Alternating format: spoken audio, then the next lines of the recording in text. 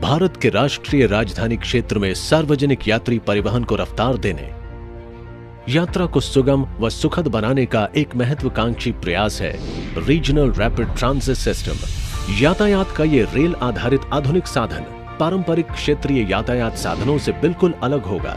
इसकी maximum speed 160 kilometre और औसत स्पीड 100 किलोमीटर प्रति घंटा की होगी, जो कि मेट्रो से 3 गुना तेज होगी।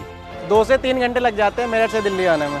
मैं मेरठ से हफ्ते में 2-3 दिन डेली अप डाउन करता हूँ। मैं एक व्यापारी हूँ और ट्रेन के लेट लतीफ़ी के कारण डेली अप डाउन करने में काफ़ी समस्या हो रही है। इस कारण मैं टाइमिंग में सही से अपना व्यापार नहीं कर पाता हूँ और ना ही मैं समय से घर पहुँच पाता हूँ। इस रीजनल रेल के निर्माण से राष्ट्रीय राजधानी क्षेत्र के 5 करोड़ से भी अधिक लोगों को अब अपनी यात्रा के लिए जद्दोजहद नहीं करनी पड़ेगी। साथ ही ये यात्रा का तेज, विश्वसनीय तथा आरामदायक आधारभूत साधन बनकर सतत व स्थायी आर्थिक विकास को गति प्रदान करेगा।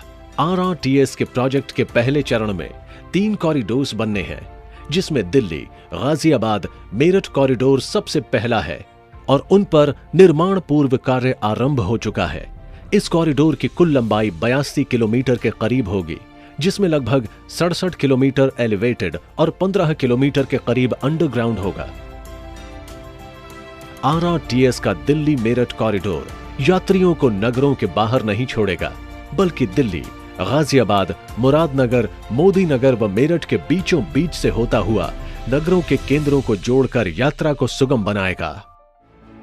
इस डेडिकेटेड रेल आधारित फास्ट ट्रैक कॉरिडोर पर स्टेशनों की औसतन दूरी 5 से 10 किलोमीटर की होगी तथा ट्रेन 5 से 10 मिनट के अंतराल पर उपलब्ध होंगी। ये स्मार्ट रेल दिल्ली में सराय काले खां से शुरू होकर न्यू अशोकनगर, आनंद विहार, साहिबाबाद, गाजियाबाद, गुलधर, दुहाई, मुरादनगर, मोदी नगर साउथ और मोदी नगर नॉर्थ से होते हुए मेरठ में मेरठ साउथ, शताब्दी नगर, बेगम पुल से गुजरकर मोदीपुरम स्टेशन तक जाएगी।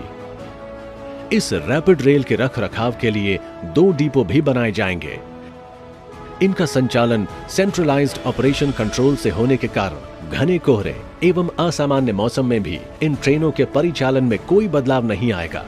जहां आमतौर पर एक 4 लेन के राजमार्ग के निर्माण के लिए करीब 40 मीटर चौड़ी भूमि पट्टी की आवश्यकता होती है, वहीं regional rapid rail Delhi Meerut highway के बीचों बीच दौड़ेगी, जिसके लिए मात्र 3 मीटर जगह घेरेगी।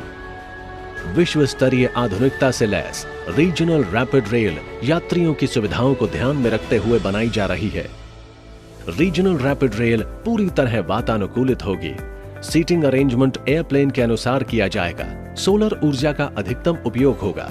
वहीं साथ ही सार्वजनिक यातायात के उपयोग को बढ़ावा देने के लिए एक एग्जीक्यूटिव कोच की व्यवस्था भी होगी।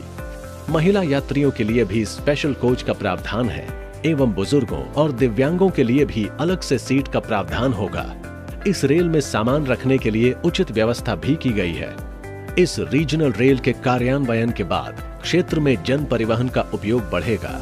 ये अनुमान लगाया गया है कि रोजाना औसतन 8 लाख यात्री रैपिड रेल के दिल्ली मेरठ कॉरिडोर पर यात्रा करेंगे। यात्रियों की सुरक्षा को ध्यान में रखते हुए स्टेशन पर CCTV कैमरे, नियंत्रण कक्ष और प्लेटफॉर्म स्क्रीन डोर एवं अन्य सुरक्षा संबंधी प्रावधान भी होंगे।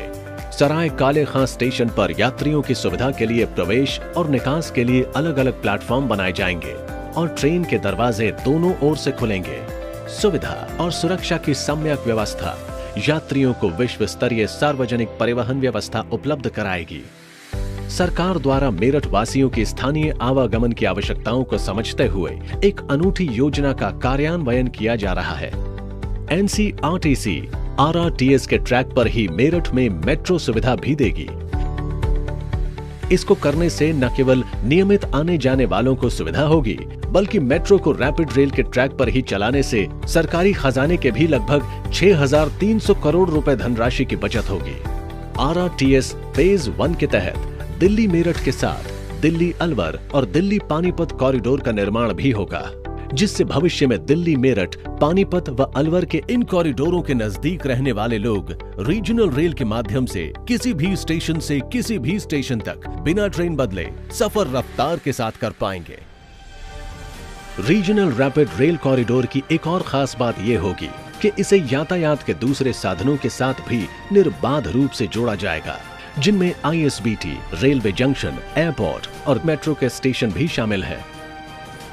जैसे सराय काले खां स्टेशन को Hazrat Nizamuddin railway station, Nizamuddin metro station, ring road तथा बस अड्डे के साथ इस तरह जोड़ा जाएगा कि यात्री एक साधन से दूसरे साधन तक आराम से बिना किसी असुविधा के जा सके।